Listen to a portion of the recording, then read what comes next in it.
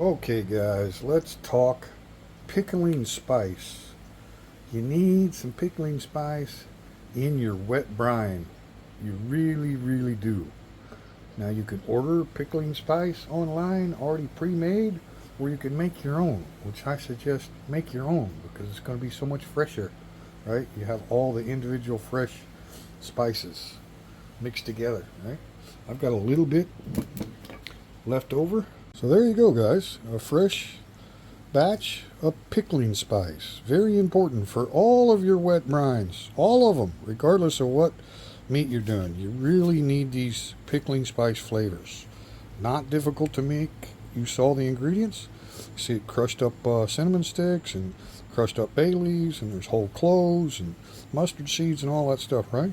So all we're going to do, close that up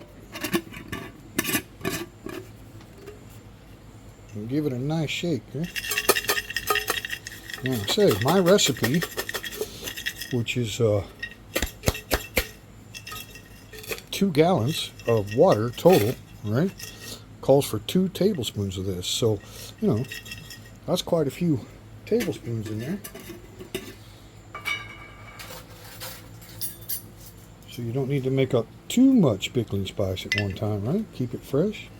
So I get ready to do my brine. I want to make sure I get the cinnamon sticks and the bay leaves, right? There's 1 tablespoon, so I'll put 2 of that in the water and then onto the stove to boil with all the other ingredients in the brine. So yeah, let's make the brine. Okay, guys, your brine is pretty critical on how much brine you're using, total liquid volume, to how much meat you're trying to cure. So, I would suggest you study online and all of that. I can tell you that my recipe that we're doing today is for up to 15 pounds of meat. So what I'm making today is strictly for the ham brine. So I got the pork butts or pork hips, however you like to say it. Got those refrigerated, ice cold, right? Ready to go. So I've got to get a brine into one of my food grade buckets and get them submerged completely in the brine. Stick them in the refrigerator for a minimum of 7 days, depending on the size of your cut of meat. Depends on how long you want to brine them for. You can brine up to 14 days if you want. Now, my hams are cut smaller and they're boneless, so 7 days is plenty of time. And I also use an injector. Part of the way through, I'll pull the lid off the bucket and draw some of the brine into the injector, stick it into the pork butts, and make sure I get brine all the way into the center. But again, I'm doing small cuts. If you was doing one big ham, like one big 15-pound ham, say even a bone-in ham, then you might want to brine a little longer. You might want to go 10 days, 12 days. You might want to do even more injections to make sure your brine is getting in the middle of that ham, right? So there's the volume weight of your meat that you're brining, and then there's also the actual size of the cut. So you play around with that. The main thing is you're gonna use prog powder #1, pink curing salt, right? And the reason it's pink, they add a dye to it so you don't mistake it for regular salt, because it's naturally just white, right? So you wouldn't want to put this directly on your food. It's poisonous. So there's a small amount that goes into your brine, depending on the liquid volume of your brine. So you can do the math on that. I recommend you really do your research online and you figure out how much exactly do you need of prog powder #1, pink curing salt #1, not #2. #2 is for a longer cure process. #1 is for anything you're curing under 30 days, right? #2 is for long cures that you're going to hang in warm temperatures that are susceptible to bacteria, right? Like your salamis, your prosciuttos, different things like that. Long cure times. That's what #2 cure salt is for. So always #1 when you're doing under 30-day total process of curing your meats. So it's not a large portion. As a matter of fact, my recipe with 1.5 gallons of water only calls for 2.5 tablespoons of curing salt. Now that may sound like a lot, but in addition to this gallon and a half of water that I'm going to boil with the salt, the brown sugar, the curing salt, molasses, different ingredients, right? And up to you. You can throw a orange in there. You can throw onion. You can throw garlic. Like, up to you what you want to put in your brine water. I just do a standard brown sugar, sea salt, curing salt, molasses, cloves, pickling spice. That's basically the only brine that I need for a ham. But I could add, maple syrup if I want to make more maple flavor ham. I could add honey to the water, right? And again, we're going to bring this to a boil and cook all these ingredients and dissolve all the sugar and salt and the curing salt, dissolve everything with a nice boil, and then turn it off. And then we're going to add another gallon of ice. So we're going to increase the volume of the water. We want to get it cold, really, really cold, before we actually put our pork butts in the brine. Temperature control is very important, guys. You never want to take your cold pork, put it right into hot water, right? You'd be like blanching it. So you've got to cool your brine down. Anyway, that's my basic ingredients right there. Let me put this brine together. So I always use a black strap molasses. It's a 1/4 cup of that. And again, guys, this doesn't have to be exactly precise. This is going to be boiled. So this doesn't need to be like exactly precise on all your ingredients. You do need to be exactly precise on your curing salt, right? You don't want to overdo it. You don't want to underdo it either. So anyway, if you do it correctly, you don't have to worry about any potential hazards with the curing salt, right? Just never do anything with curing salt other than put it in a diluted form of a brine, a dry rub, like something you're really diluting. You never use that product directly on anything, right? And that, again, that's why they dyed them pink, is to try to prevent anybody from making a mistake and misidentifying it as regular salt, right? Because that would not be good. And again, this recipe calls for 2.5 tablespoons of number 1 cure, right? 1,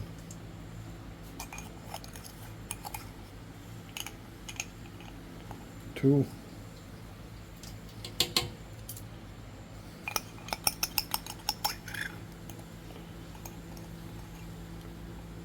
1/2. All right. Now remember, that's all going to boil, right? Not going to boil long. I'm just going to bring it to a nice rolling boil and then shut it down. So that's going to completely dissolve, be completely diluted in the water with all these other ingredients. Okay? And it doesn't really matter the order that you put the stuff in your brine water, because you're going to mix it all together and boil it off. But we need 2 tablespoons of our pickling spice. Like I say, you just want to make sure you get the cinnamon stick and the bay leaf and everything in there. I've got it mixed up real good, but we'll make sure you get that. 1. It's easy to not get enough cinnamon or bay leaf if you're not looking for it, right? Because it's large. There we go. 2. And again, you don't have to be an exact science on all these other ingredients. Your exact science definitely pertains to the curing salt. Remember that. All right, let's keep going. We got our pickling spice there. Now, the 2 main ingredients, we got our molasses in there. We got our curing salt in there. We're going to do cloves. We're going to do coarse sea salt. You don't have to grind your sea salt or any seeds, because you're going to boil it off and get the flavor. And so the salt is going to completely dissolve.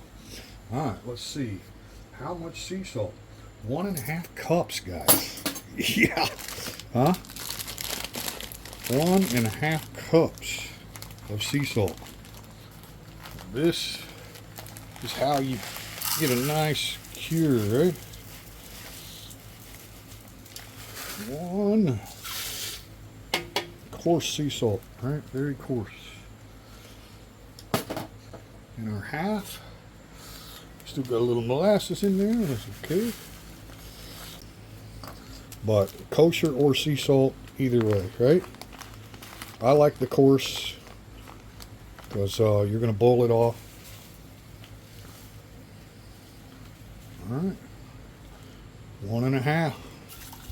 So we got sea salt and kosher. Right? It's okay. It's okay. Okay.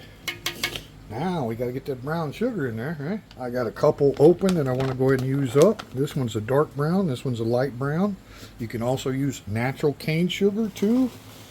I wouldn't recommend using white processed sugars. Right? You want the natural. So they say packed.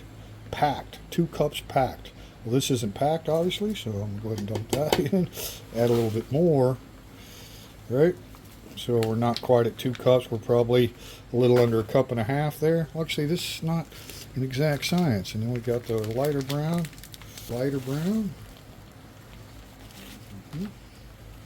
Yeah. Don't worry about the clumps and stuff. Again, we're going to boil all this, right? So there's our salt and sugar, very critical. So we got our molasses, pickling spice, curing salt, kosher salt, sea salt, brown sugar, right? Let's see what else. Even though our pickling spice already has cloves in it, because this is a ham brine, the recipe calls for another tablespoon of cloves, whole cloves. All right, cloves go really good with ham, right?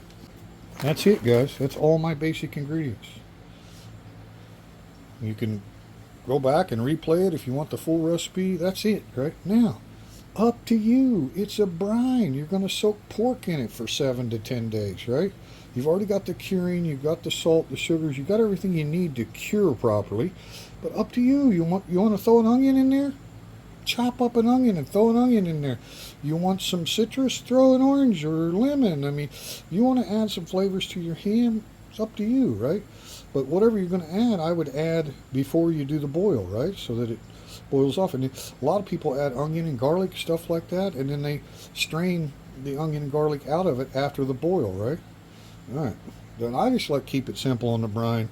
Main thing is the pickling spice, obviously the curing salt, the coarse sea salt, kosher salt, the brown sugar, light or dark, up to you, right?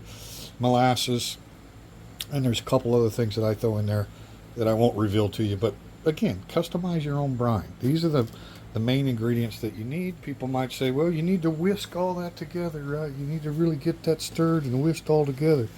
Not really necessary. I use a wooden spoon because, again, we're going to boil it. So all I want to do is keep that sugar and stuff off the bottom while I'm cooking it, while I'm bringing it to a boil. And then as soon as it comes to a nice rapid boil, everything is going to be dissolved. You're not going to feel any thickness in the bottom with the molasses and the sugar and all that. It's going to be really thin, right? Because you brought it to a boil. Then shut it down. Shut it down, let it cool down, and then we're going to add ice. And we'll be ready to put it in our bucket and throw our hams in, all right? Stay tuned. Yeah, I've got a lot of stuff out here getting ready to make some barbecue sauce too, but guys, that brine ingredient, it's not that much, right? But like I said, make your own custom deal. Completely up to you. And I bet you thought I was going to go in there in my wife's kitchen and get to work. No, sir. That's not how we do it. We've got the man outdoor kitchen over here. I've got this huge old Moki stove. Propane, right? Main thing is we're cooking all that salt and sugar, curing salt and all those ingredients, cooking them down. It's going to be really thin all the way through.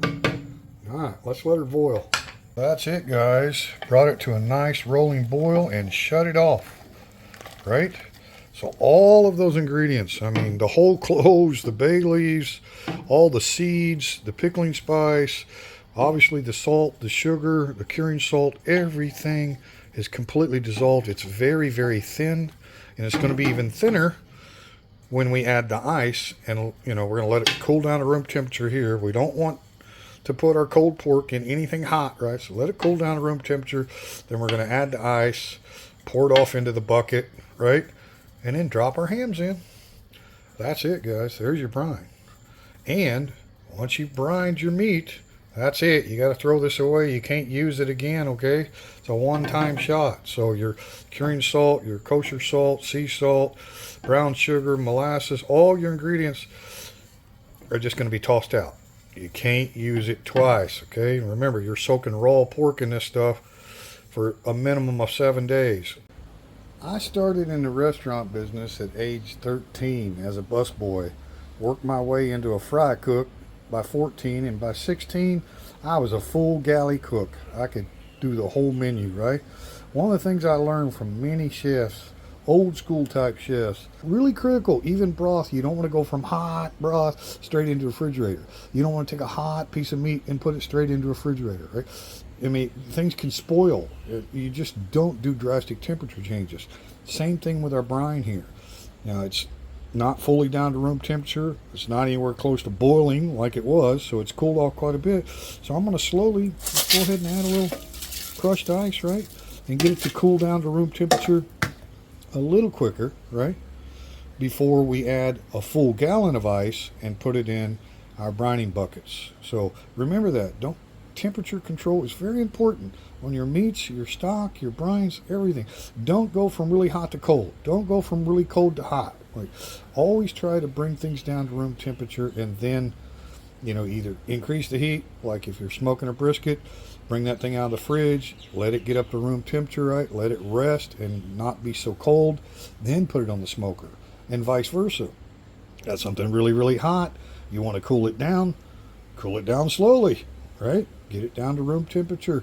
Then you can make it really, really cold. You can add all your ice and make it really, really cold, and then put your meats in, right? So remember that. No drastic temperature changes. Always do the temperature control slowly, whether you're rising or lowering. Well, okay, guys, it is down to room temperature for sure now, with me adding a little ice in there, so it's not hot anymore. It's about 80 degrees this morning, I think. And I've got my food grade bucket completely sanitized, guys. I've got 3 of these. After I get done with a brine or putting raw meats in them, then I clean them with a little bit of bleach in the water, right? Kill all the bacteria. And then I use a little white vinegar in water and clean them. White vinegar neutralizes everything. And then just clean them with fresh water and turn them over and let them dry in the sun, right?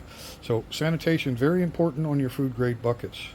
All we got to do, we got our gallon of ice in there in the bucket. Just pour our brine in. Like I say, not hot now, down to room temperature. Everything's dissolved. Now remember, that's got your #1 curing salt in there. It's not something you want to taste test, okay? This is not for, let me check and taste it. No. Always be cautious when you're using nitrites, right? They're necessary, I think, for good hams. But, you don't want to ingest that stuff straight, right? It's diluted now, but it takes like the first 7 hours for that curing salt to start doing its thing on the meat, right? So it's nice and cold now, obviously, with the additional ice. And you can see that's increased our volume.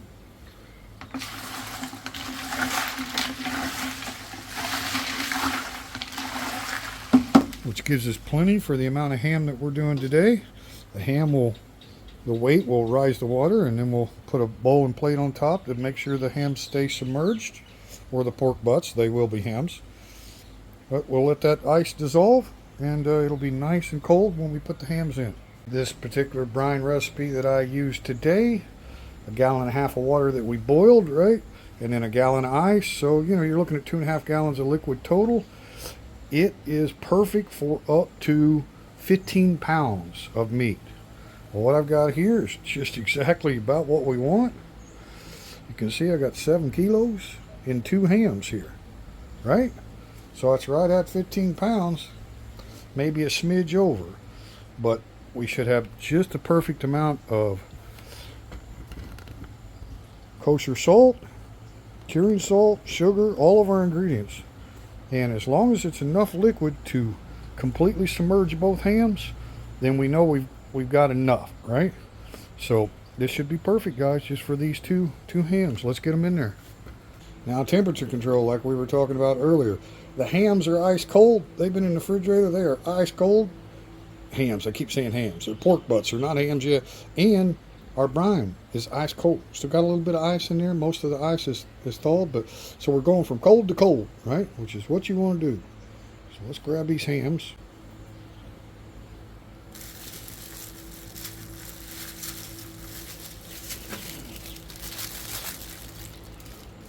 They're both about the same size. Oh no! Pork butts. Ghosts. Wait a minute, teacher. Is that going to be enough liquid to submerge both of them? I bet we can make her work. Just got to jostle things around a little bit, guys.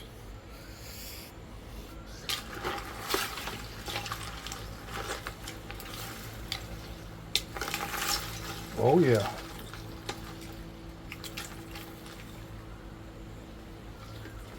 What do you think of that? I say they will submerge, right? We just need a little weight. Now you could start doing some injections now, right? Suck up some of that brine and get it down in the middle of those hams. But I wait because the curing salt takes several hours before it starts doing its magic, right? That chemical reaction, it starts killing and protecting against bacteria, right? Starts curing. That takes time. So right now, the brine is young, right? It's really young. And I want the brine to age a little bit before I start doing the injection, which is a good idea to make sure you get your brine all the way through to the center of your hams. All right, let's get it submerged. So what I do, and you might have a better way, right? I take a nice ceramic plate, something heavy, right? Ceramic, porcelain, whatever. Put it right over the top, right? Got to be small enough where it goes down in the bucket like that, right? Completely submerged. And then I don't want to take a chance of that ham floating up against that plate either. So I take a nice heavy bowl, ceramic bowl, get some brine in it, put that on top, maybe a little bit more brine. Make sure it's heavy. Now it's got that plate pushed down. There is no way that either one of them hams is going to come to the surface. They're going to remain submerged. So into the fridge they go, 7 days. You can do more if you wish. I find 7 days, if you're injecting a little bit along the way, 7 days is enough for this particular wet brine ham cure. And remember sanitation. I even sanitize all my lids, guys, with bleach, and then rinse it all with white vinegar water, right? And then clean water, and then let them sun dry, right? Sanitation is critical when you're dealing with raw meats. Even though the raw meat is in a cure, you're still dealing with raw pork, right? So when you throw all your brine away, make sure you do a good job on cleaning, disinfecting your buckets.